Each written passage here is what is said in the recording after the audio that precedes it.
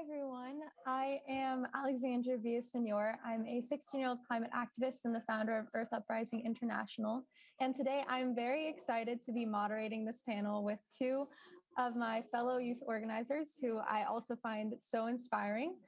Jerome Foster II, who is the executive director and founder of 1MillionOfUs, and Hannah Estrada, who is the education and organizing coordinator for Youth versus Apocalypse. And so I wanted to pass it over to you, Jerome and Hannah, to introduce yourself, talk a little bit about how you got involved in climate activism and maybe what you're working on at the current moment. Absolutely. Hannah, do you want Jerome? Sure. I started my activism from a kind of unfamiliar place around like journalism and around technology, kind of trying to build empathy around the climate crisis, telling people how they can get involved in really the scale of the global warming crisis that we're currently in, and trying to lead it to action. And I started organizing like locally in Washington, D.C. at the Capitol building in the White House, and then organize and raise awareness through trying to pass bills at the local level through a Green New Deal, trying to pass like the Climate Change Education Act. And then through that, I found my way into politics by working at Congress and then now working with the Biden administration to pass the Justice 40 initiative, which does a lot of things to make sure that we prioritize environmental justice and our legislation in all aspects. That's awesome. So Youth versus Apocalypse is a youth-led climate justice group. And we started our work based on the fact that the climate crisis is an intersectional crisis. And primarily what we do is support young people in schools. Organizing is not accessible to everyone. And so for a lot of the young people we work with, the only way they can take action and organize is directly in school with the support and like going on field trips to different actions and doing everything pretty much through school. So a lot of what we do is supporting young people directly in school. We also support young people in other capacities, but our main focus is supporting our low-income communities of color and uplifting the fact that the climate crisis is intersectional. One thing that I think is really interesting about this group of us is that all of us have been organizing in the movement for a while now. And so I'd love for you both to talk a little bit about what have you found to be one of the most effective ways of organizing within the youth climate movement?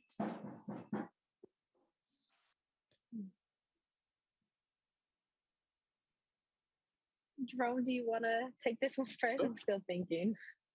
Yeah, I think in organizing in climate for so long, I've seen like how like organizing and like lobbying for Congress members has been effective. Also, like raising our voice in the streets has also been effective. I think that there's not just one way of tackling like climate justice or trying to raise awareness of the issue. It's the fact that all of us are doing everything that we can. Like when I founded 1MillionOfUs, it was how do we transform climate justice into bringing that into the poll booths? Like that was an avenue that as a movement, we're like, maybe that's some way we can make sure that we're also working the system and also calling out the fact that the system of oppression is still here. We have to change it and make sure that actually is working for us and our planet. It's by going from every angle that we actually win and actually make real change happen. So. Oh, that's awesome. I wish I could steal that answer. That was so great.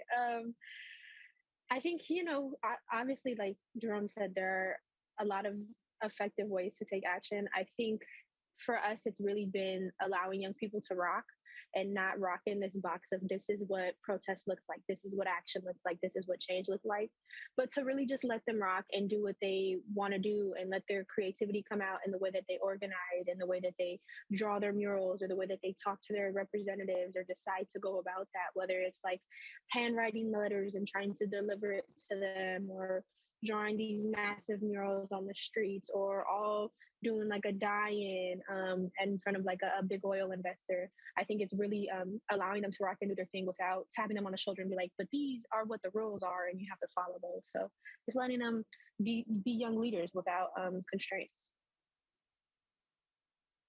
I totally agree. I usually get asked a lot, if we were to support one organization, who would it be? Or one action, what would it be? And I'm always just like, there's so many different ways to take action. And I honestly think the youth climate movement is kind of this vast ecosystem because there's so many different groups who are organizing and all of them in different sectors of our society. But I think all of us are so important because we work together.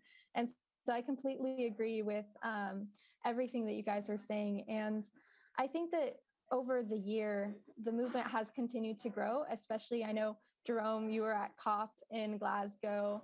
And, the youth movement has continued to grow with all of these conferences that are happening. And so from your guys' perspective and from your groups as well, 1 Million of Us and Youth versus Apocalypse, what do you think is next for the youth climate movement? What do you think we need to start doing more?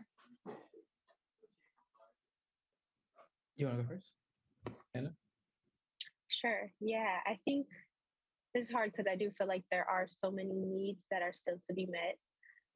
But speaking, I guess, for Youth versus Apocalypse, I think one of the things for us is, again, we would love to see more parts of the movement recognize that this movement is intersectional, and that young people of color, low-income young people of color have to be at front lines. Young Indigenous people have to be at the front lines. They have to be heard. I know that in San Francisco youth this year are trying to reframe Earth Day so that it's not just about the earth underneath affluent communities' feet, but also the earth underneath the communities of color in San Francisco, because there's a lot of toxic radiation here that has been here for years that no one's cleaned up. So I think for us, it's really trying to push that narrative forward of it is intersectional and it's a root issue. And so if we want to solve it, we really have to come together across different movements, across different parts of the climate movement, and get a handle on things together, not separate, but like really united. And I really am hoping that our communities of color are not going to be left behind when solutions are being brought forward. I think that's also one of the things that is a big ask for us personally. So yeah. Yeah, I think building upon that, especially when we talk about intersectionality, it's about how do we make sure change isn't just in one sphere of relevance. There's like so many pillars of power we can change. You can change through people and culture, you can change it through politics, you can change through economy. And I think that right now as a movement, because we have such a strong ecosystem of change, we have changed the culture to understand the climate crisis, but not understand it to the scale that it is.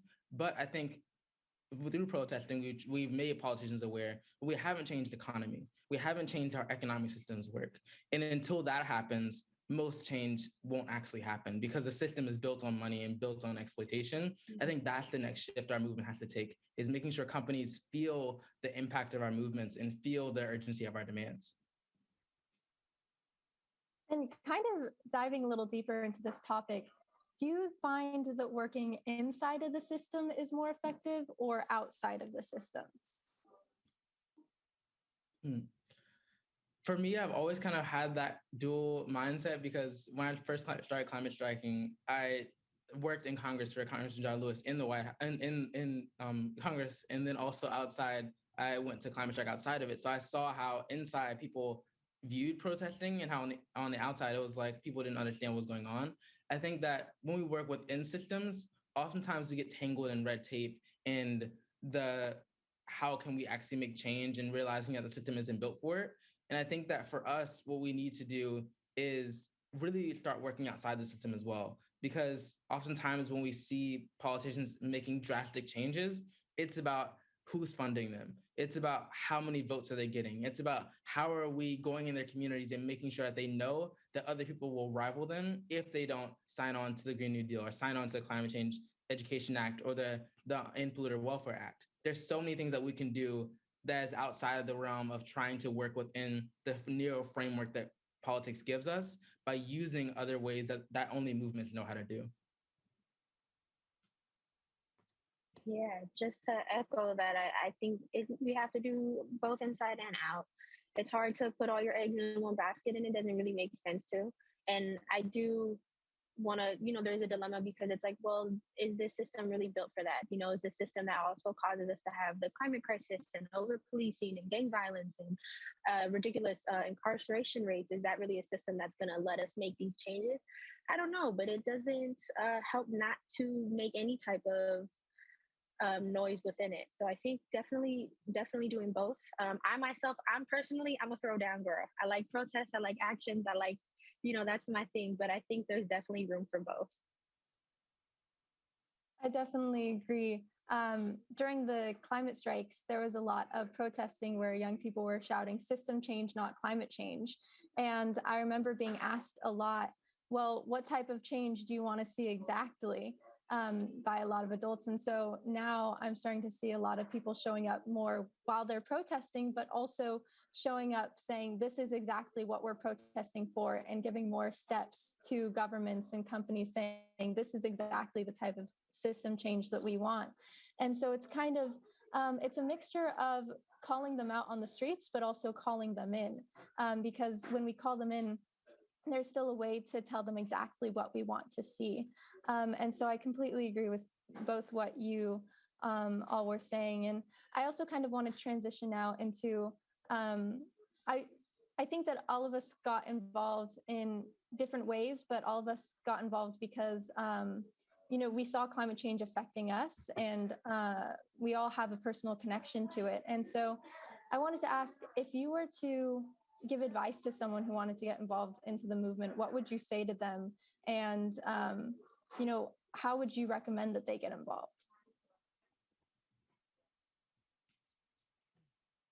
I think oftentimes I get asked this question. I think prescribing a way for people to take action maybe isn't the right way. I think just for anyone who's interested in getting involved, just listen to your heart.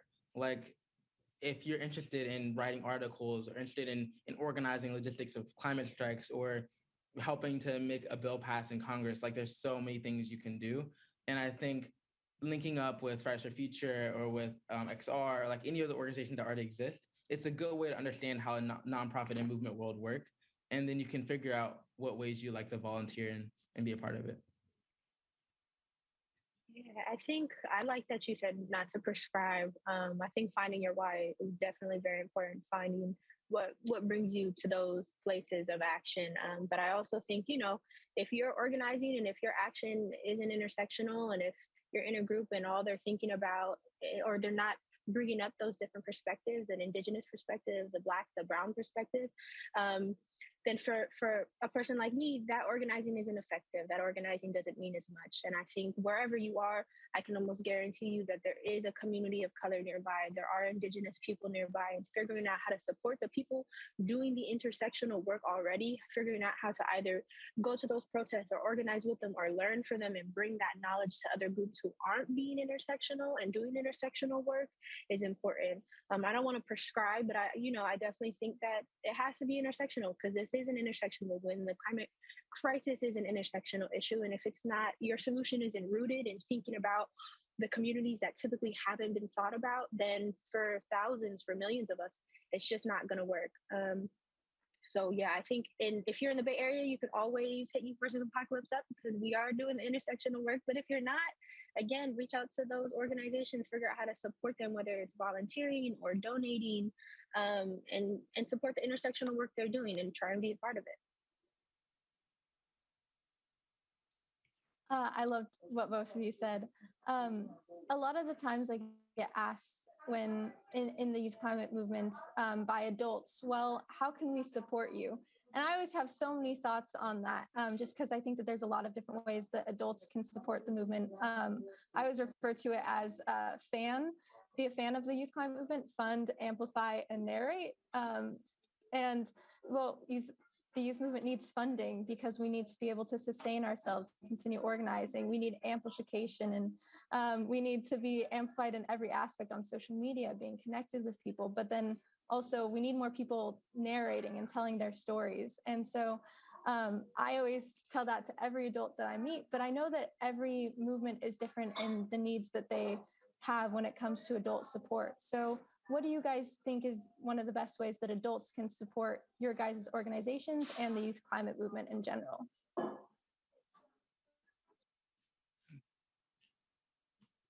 I think if you, oh, okay. I think if you're an adult and you have the resources to finance an organizer's work for a year or for 6 months, 100% do it if you can. If you're an adult and you have a skill like filmmaking or editing or media, volunteer that skill up to the young people in your area. or if you want to volunteer and support, my favorite one is the step back, let young people rock and do their thing and just volunteer, be a marshal, be a liaison. But also for me personally, for the adults that have been doing this work for a long time, I love to hear the wisdom. I love to hear the advice. For me personally, I like mentorship, not necessarily telling me you need to do A, B, and C, but tell me this is what we did, and maybe you can find something in that. There are a lot of ways to be allies as adults. So, yeah.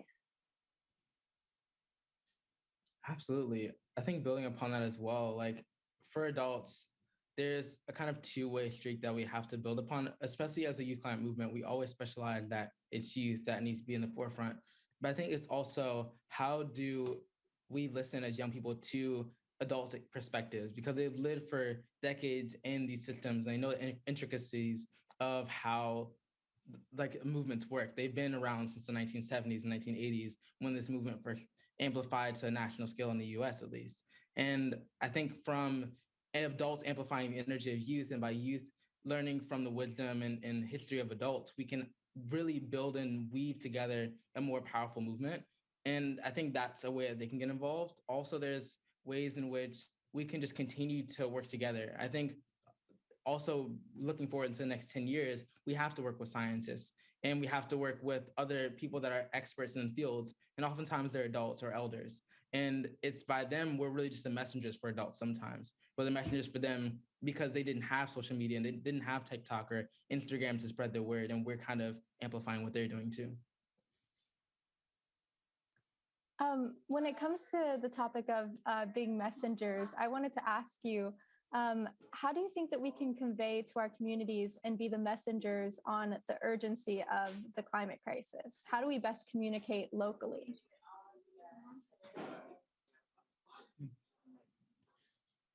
That's a really good question. When I started out, I started with like Citizens Climate Lobby, which is like a group that did like bipartisan, like basically conversations with people that were on like the opposite side of the perspective, talking with them about how to like know about climate change locally. And I found like the first thing you do is like, don't mention climate. You just talk about the environment and talk about their life. And you realize that climate change impacted their life in some way. I think just understanding the human behind them and understanding how they can mobilize as a community is a good way to reach people, especially locally. Like if you like in the Chesapeake Bay in Washington, D.C., it's been polluted for years and years and years. And people didn't know that that was because of climate change or because of the factories that were constructed around it. It's from understanding people's stories that they can understand how climate change is such a global issue and how you can reach people locally. Yeah. I don't know if we in California necessarily have an issue with not recognizing it as urgent. You know, we have these massive forest fires and we have these crazy weather patterns. So I'm not 100% sure that's a necessary, like a need for us. But I do think before we had like the crazy fires, and I think the main way we communicated that urgency was through actions and through consistently showing up as young people. And, you know, when you see like 10,000 young people walking down the block screaming about the climate, it kind of does make you stop and go, okay, let me Google why this is so important, why they're skipping school to do this. So I think honestly, if I'm being real honest, like I live in San Francisco, there's not a single person I think that doesn't go, the climate crisis is not an issue. You know what I mean? So I think we're doing pretty great out here. And if they're not caught up yet, I think they'll be catching up pretty soon. You need to come to DC. It's crazy over here. Maybe we need to. Maybe we should get on a bus, come visit. Yeah. I'm in California, and I don't think that there's anyone who doesn't really think about climate change, though. So I agree with you. Everybody's always talking about the wildfires, and it's hard to ignore something when it's right there in your face, because it's hard to ignore it, because when it comes to wildfires or certain climate disasters that happen, it is finally up there and you finally see it in person, and it kind of it makes you realize that, yeah, the climate is changing, because sometimes people get so caught up in the concept that it is so far away. And so I also think, though, that when we have these climate disasters and that they are affecting certain communities, I think that a lot of people start to feel hopeless because of that. And, you know, some people get caught up in the fact that there might not be anything that they can do. And so if you were to give someone advice on to be hopeful, or not even that, what gives you hope when it comes to organizing? I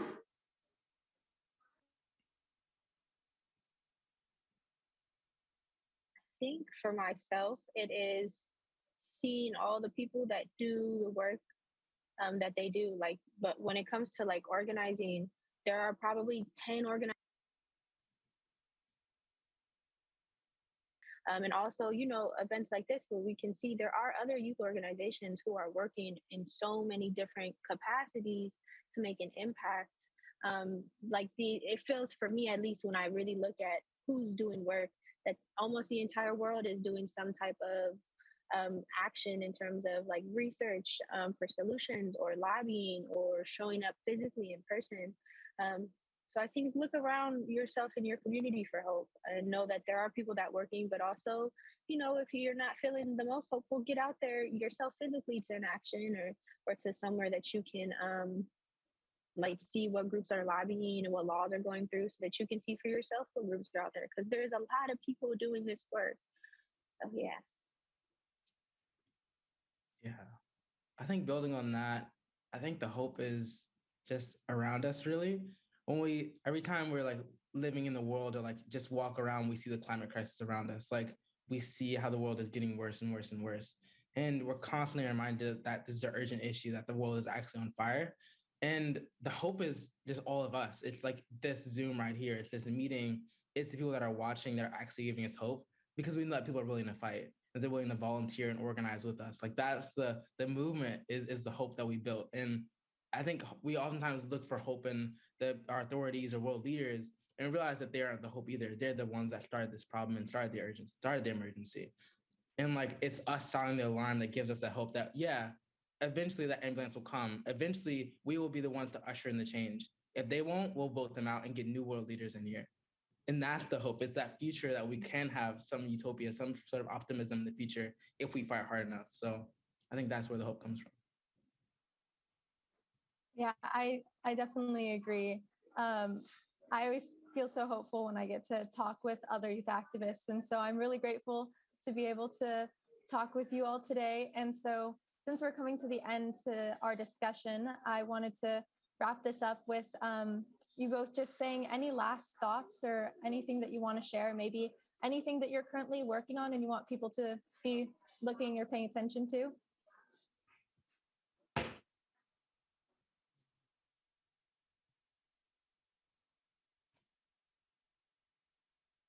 If you're in San Francisco, if you're in the Bay Area, tap in with us, Youth versus Apocalypse, and wherever you are, get up, take some action today, whether it's looking into a community group or looking into a law that you think should be a solid one to vote on. And most importantly for me, support your local indigenous people. If they have a land tax that you can pay, support it, and support your local indigenous youth. So. Absolutely. And I would say stay tuned for some things that are to come. 1 million of us will do a lot of campaigns around the midterm election. So there are opportunities. If you're in a school or in a high school, you can use our vote plugin where you can easily learn how to turn your vote, your activism to active votes. So you can go to 1millionof.us at our Twitter, Instagram accounts to learn more about how you can get involved. Yes, everyone, definitely follow Jerome and Hannah. Do you want to drop your guys' social medias too? Give a quick shout out. Sure. It's just at Youth versus Apocalypse on Instagram. So. And of course, you guys can follow Earth Uprising to my organization at Earth_Uprising on all social medias.